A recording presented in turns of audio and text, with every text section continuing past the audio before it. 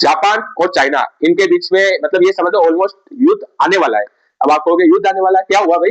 Exactly अभी Saturday की मैं बात करूं तो सैटरडे को चाइना सी में चाइना की जो मिलिट्री है वो एयरफोर्स की जो मिलिट्री है वो इधर युद्ध अभ्यास कर रही थी।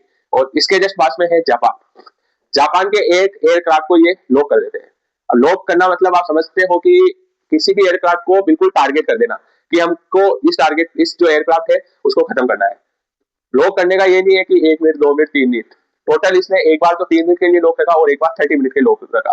अब आप कहोगे कि जापान वाले को कैसे पता चला कि भैया लॉक हो गया है? जापान का एयरक्राफ्ट है F-15। अब आप ये मत समझना कि F-16 से एक कम है। ये वन ऑफ दी मतलब कहते हैं ना वर्ल्ड का सबसे हाई टेक्नोलॉजी वाला मतलब एयरक्राफ्ट है। इसमें लगा होता है रडार सिस्टम। मतलब रडार सिस्टम इतना टेक्निकल होता है कि आप बिल्कुल पता कर सकते हो कि आपके जो एयरक्राफ्ट है उसको किसने लॉक किया है और कौन इसके ऊपर टारगेट करने वाला है।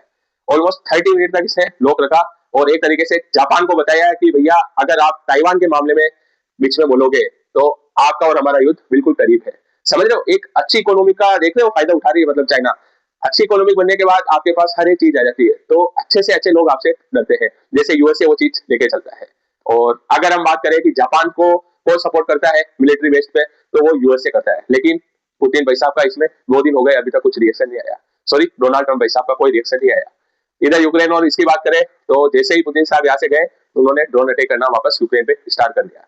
अपन पॉइंट में रहते हैं कि भाई जापान और चाइना क्या चाहिए, मतलब इनको क्या चाहिए कि जापान चाहता है कि भाई ताइवान अलग से एक कंट्री रहे, लेकिन चाइना चाहता है कि भाई मेरे को ताइवान चाहिए, ये हमारा पार्ट है।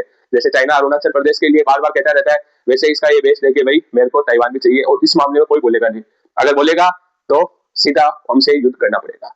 और ये चीज कोई नहीं चाहता, कोई भी कंट्री नहीं चाहती भाई आप एक इतनी बढ़िया जो कहते हैं ना जीडीपी रखने वाले देश से आप कोई युद्ध नहीं चाहते हो।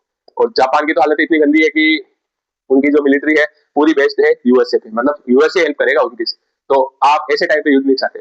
होप आपको वीडियो अच्छी लगी है। ऐसे ही रिलेटेड वीडियो से देखने के लिए मेरे चैनल को सब्सक्राइब करें। जय श्री राम।